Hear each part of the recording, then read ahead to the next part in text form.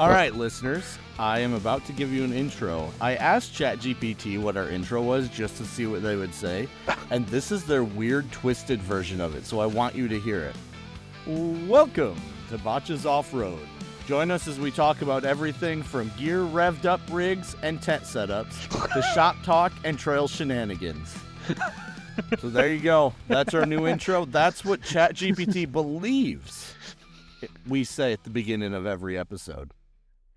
I mean, it does seem like that's actually what we talk about most of the time anyways. Right. Sounds more like an introduction to our podcast than an intro. So this is a wrap. It's kind of a weird wrap because it's kind of just me and Mark. Gavin sent me his wrap. It's 7 minutes long, so I'll play that for you at the end. But first, we'll start out with me and Mark. Yeah. So, Mark, I'd ask you what you did this weekend, but I watched you work in the sun all weekend, so I know that you cleaned up my scrap pile. Yeah. We did replace my thermostat that we mutilated. So, I mean, there is one thing. Was that Friday? Yes, that was Friday.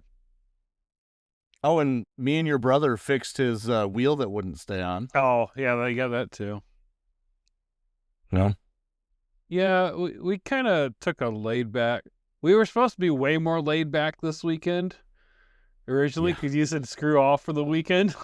And then yeah. And then I found out I actually needed help because that scrap pile had to be gone. Yep. Yeah, that was not what I would consider fun. Like quarter of it's our own doings. Yeah. I mean, we got a trailer left that we got to haul in Saturday morning. Mm-hmm. I almost think your taco can haul that trailer. Don't I need a drop hitch? I mean, yeah, we need a drop hitch. But, I mean, I think it can haul it. Yeah. I mean, I'm still going to take the Duramax because I'd rather not chance your taco pulling it. I still find our discovery of axles and we thought we were idiots. Yeah, when we found two basically brand new looking CV axles. And I'm like, why did we throw these away? Yeah. Was past us that dumb? Yeah, the joints are all fine. I saved them and we get looking at them and all the threads are gone. Every single one. Oh, that's why we threw the perfectly fine jointed CV axles out. I wonder how that happened. And it happened twice. I think one of them is one where I had issues with my hub. Oh, that's right, because you had the one that, for whatever reason, the nut was cross-threaded, and it got drove on with the impact. Yeah. Yeah. That's definitely one of them.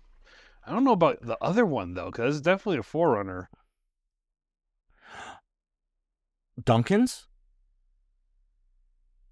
Do you remember when we did Duncan's? When we did Duncan's lift, we had one that got stripped out like that. He had to replace one CV axle. But I swear that one looked like it'd been there for a good bit besides then. I thought that one was also broke. No, that one was fine. Oh. Because it stripped out when I was putting it on. It might have been it. Seemed like it was there longer than that. Well, anyways, my giant scrap pile's gone. We took like 9,500 pounds of scrap into the scrapyard, and then I only got $500 for it. So scrap is down, by the way. Do not scrap stuff right now. Yeah. Yeah.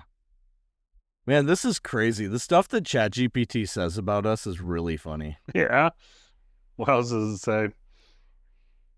I'm asking it what Mark drives. Oh. This would be fun. Yeah. It's searching Reddit. Oh. It couldn't find any public info on what vehicle Mark from Botches Off-Road drives. Okay.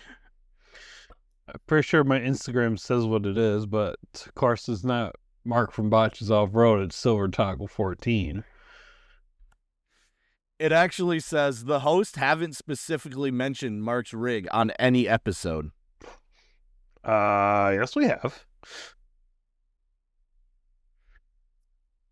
Oh man, that's funny. Well, what does Alex drive? I'm about to say, what is yours?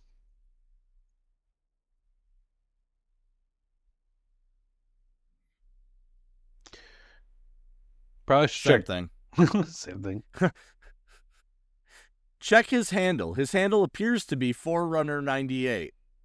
Well, at least got that one right. Listen to Meet the Host, Season 1, Episode 1. Couldn't do it with me. You have your whole episode to yourself. I know. That's what I was saying. Like, you couldn't just say Mark's episode. Yeah, same with Gavin. Oh, yeah, that's funny. I was gonna say, what does we it say, need Gavin? to. We should put it in our show notes so that next time that ChatGPT's looking, it can figure it out. Let's see. Oh, and if any listener doesn't know, Ace Hardware is having an incredible pack out deal.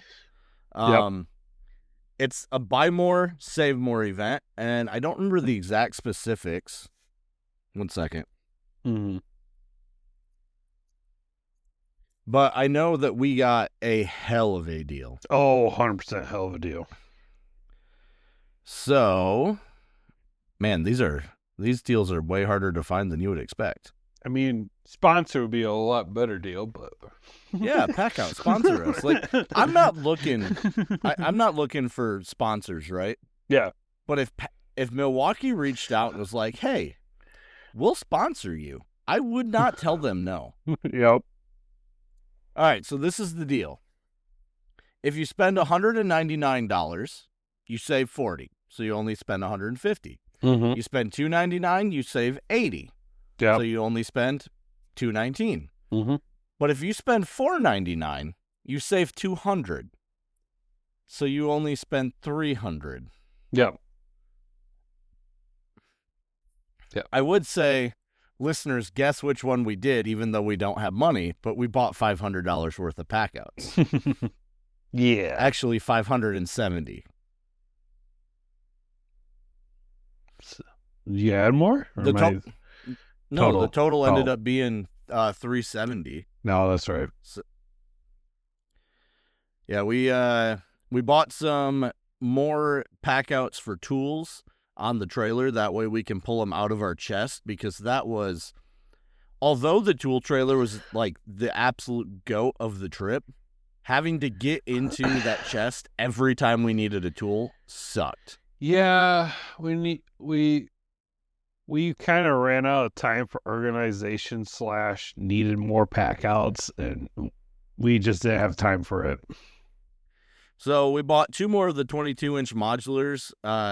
Those are the ones that we use for our individual sleep system setups. Mm-hmm. I actually picked those up today from Neweggo and have already filled them. One of them has the ball joint press and brake kit and the tap and die. Okay. Because generally, if we need the brake kit, we need the tap and die, because for whatever reason, our stuff always gets destroyed. Yeah. And the ball joint press just seemed to make sense there. Do you have the brake line bender in there too? Yep. Okay. And then the other one, I put pretty much all our power tools, except for the impact, because I put that in the drawer so we can get to it easier. Yeah, that one would definitely be a separate one, because that one we use way more often than all the other ones. Exactly. But we also have 2. Oh, I guess that one wasn't just a 22-inch pack out. Wait, did I accidentally buy? No, I didn't buy the same things. Oh, I'm looking at the wrong thing. Maybe? What's going on here, Milwaukee? I also bought what they call a medium toolbox. That's half the size of the other one. Mm-hmm. I don't know. I bought 2 of those, and I'm not 100% sure what we're going to put in there. But I'm thinking hammers, pry bars, stuff like that in one of them. Yeah. Because it's shorter, so it's slim. Mm-hmm. But my theory on it is, something that we need, but we don't want to have to grab a whole box. So it's some lighter stuff will go in those. Oh, so we have a grinder disc chest. That's not a bad idea at our rate. No. And then I also bought 3 of what Mark calls the ammo can pack out box. Yeah, well, it's about the same size of the ammo can, so that's why I always refer to it. Same size, same shape. And those are going to be really interesting because we're going to build me a second battery box so that I have 2 pack out battery removable things. Mm-hmm. And then we're going to put one on Mark's truck. That way, if we have another situation with an alternator dying, we can just swap batteries quickly and keep the truck moving. Yep, and charge up the other battery that we just pulled off. Exactly. It also gives us the ability, I mean, it doubles our truck's battery capacity then. Yep. So we will, I mean, I don't know. It's not like we run anything off the trucks. We're not Gavin guys. We're a little more slimline than that. Yeah. But that does save me the hassle of running lines for my battery to, well, I mean, we still got to run it to the other battery, but I don't have to run so much for the air compressor idea later down the road. Yeah, no, we could actually, so we're going to put 2 Anderson connectors off your battery box in the back. Yep. So your air compressor, you'd just be able to plug into the other Anderson connector. Yep. So that'd be slick. But yeah, we're not Gavin. We don't try to take our house with us. We say that as we pull a trailer. Our trucks as our we trucks pull are a a little more garage. Yeah. Our trucks are a little more utilitarian, you know. They're rough and they get beat on. So we don't really want to have expensive stuff getting knocked around. Yep. But yeah, so we're going to build a couple battery boxes out of those. So with this setup, I am going to have all 4 of my half chests in my truck now. Yep. So I'll have 2 battery boxes, which will sit on the bottom, and then 2 storage boxes. Right now I have 1 battery box and 1 storage box, and we use the storage box for our clothes. Mm-hmm. So I don't know what I'm going to put in the other one yet. But yeah, it's pretty sick. It's that deal. You can't beat the deal. I mean, you're saving $200 on packouts. Packouts are expensive. That's like 3 free packouts if you get the right one. Yeah, kind of reminds me of our Bauer deal we always take advantage of. Buy a battery, get a tool. Yeah. Usually the tool is worth more than the battery itself. Like our $140 grease gun we got for $70. Mm-hmm.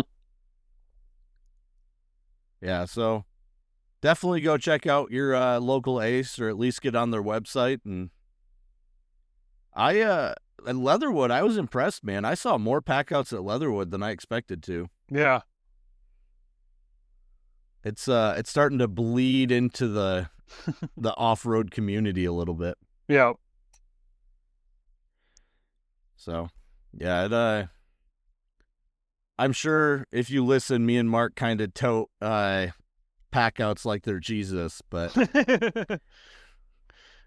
we don't hold them quite to that regard. Don't take it as that. No. But they are the off-road truck messiah. So, yeah, it's just very beneficial to have something that's locked down. We don't have to necessarily worry about strapping them down. Yeah, you need something, you don't have to unstrap it. You just grab the button and pull it out. And then when you put it back in, it's just click and in it goes. Yep. So, and they're pretty capable. I think the average weight capability is like 75 pounds a box. We definitely push that a lot. I was about to say, Matt Off-Road literally just mounted the transmission onto like a stack of packouts in a roller cart. Did he really? Yes, for the rollback that he's doing. Oh, that's freaking awesome. Yeah, packout, they're really that good, man. I mean, in the overland space, right? Because that's where everyone goes, is they buy their overland boxes. You've got what, the Rome box? Yep, Rome's a known one. patchy cases. Yeah, but those, they don't lock in. Like Rome has a locking capability Okay. similar to Packout. You want to be specific without actually modifying it, then yeah, Rome is your go-to for us. But dude, these are freaking expensive. What are they running again? Like the cheapest Rome is the 55-liter one, and it's $274. Yeah. And then their locking systems are $230 a piece. Which is pretty much on par with Packout. Or more. No, way more, because we can get a Packout mount for like $100. Oh, true. Now, Rome has these lid organizers that go in their boxes, and Packout has nothing even similar. But our lids aren't as big as theirs, so it makes sense. I also think Rome's the one that has their portable kitchen too. If I remember correctly. I could see that. It's like, so I feel like it was Rome or someone else. Pretty much like a rifle case that has all kitchen necessities and stuff, like a sink and a stove. And don't get me wrong, I'm not shitting on Rome. No. Rome makes some absolutely beautiful gear that isn't red. Red is driving me nuts right now. But they make some absolutely beautiful gear, and if I could afford them, I'd probably be doing the Rome route because they're so much nicer. Mm-hmm. But I'm broke, and the next closest thing is Packout. So yeah, that's what I'll roll with. Also, so remember the other day we were talking about chair mounts? Yes. So I had Chris send me a link to that tent mount that he has. It's called the Sleeper Keeper. Yeah. Absolutely sick, by the way, for anyone looking for a way to store their like Gazelle or something. I'll send you a link, Mark, and we should probably link it in the show notes. Yes, we can do that. So what the Sleeper Keeper is it's basically just, it's flat on one side and a semicircle on the other with a little channel for your strap. Mm-hmm. That way you just throw your tent in, strap it down, boom, you're on the road. But looking at its dimensions, I think that if you had a camp chair, you could just, they have Packouts in the bed of the truck. I know, I was just like, Alex, I see Packouts. But well, yeah, with a fridge and a half cooler. Yeah. I think that you could get away with slapping a chair in there and strapping it down as well. So I'm looking for ways to mount camping chairs because I've spent some money on Temu and got those cheap little folding chairs that pack down really small. And like, that's fine and all, but I want a nice comfy chair. Mm-hmm. Even though I don't like sitting down. But it's a whole different thing. Yeah. So I think that might be an option because I'm looking for stuff I can throw on the roof rack next to the swag, Oh, yeah. We also found, I sent those links to you. We also found aftermarket waterproof bags for chairs, which are absolutely sick. This gives you the ability to... Oh, I sent you a lot of them. This gives you the ability to actually put your chair outside without it getting wet and being all wet when you need to use it. So that's just, I guess, some of the stuff we've been looking at or doing this week. Right about now, you guys will hear from Gavin. I haven't listened to his rap at all, so I have no idea what he's going to say. So I'm actually going to let him lead us out, I think. So me and Mark will sign off here, and then I'll just kind of stitch Gavin in at the end. Yeah. Real quick, since we were talking about Rome earlier, their 95-liter rugged case is $400 pretty much just for that alone. Yeah. How big's the Milwaukee one? The chest? Oh, that's a good question. I don't remember.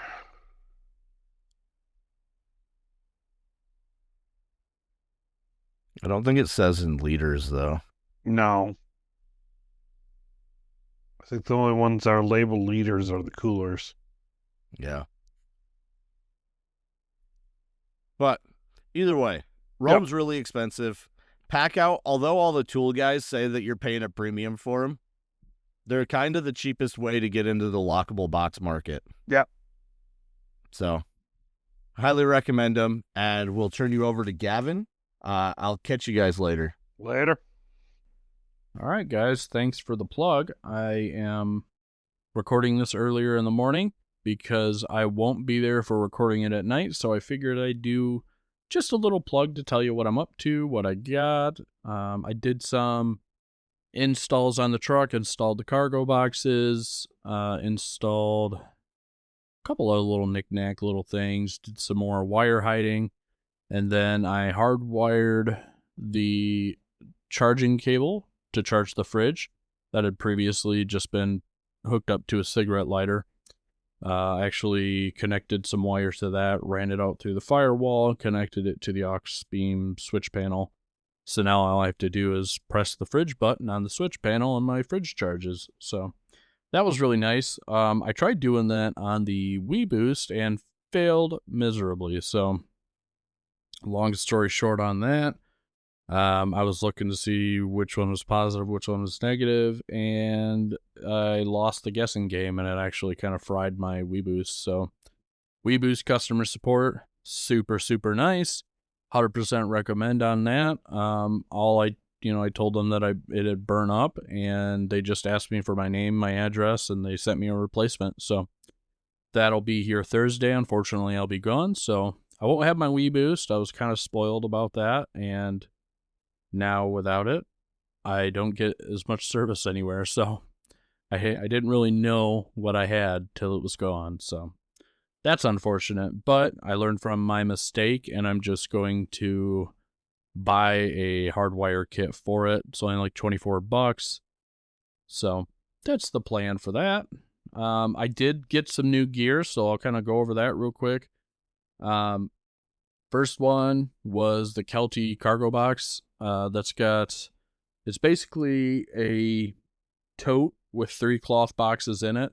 We're using that instead of our bags because it's 3 small bags that'll pack into the size of a duffel. It helps with organization.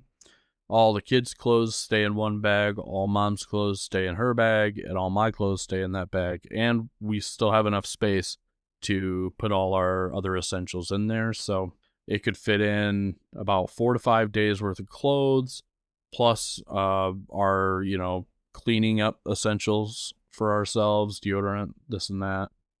And for the kid, it'll fit all his diapers and wipes in there that he'll need for the weekend. So that's pretty fun.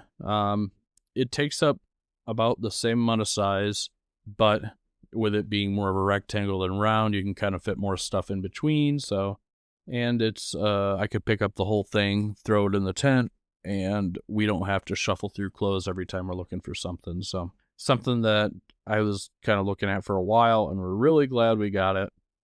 Next would be coffee. So we went down to Moon Dance. It's a local cafe in Fremont, picked up some whole coffee beans that were brewed, that were roasted locally.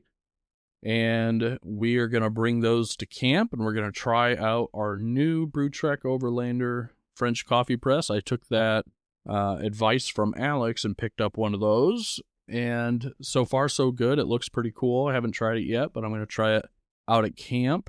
And then I even picked up an electric grinder because I was hand grinding multiple scoops of coffee, and it was taking longer than, it was about as effective as a pepper grinder.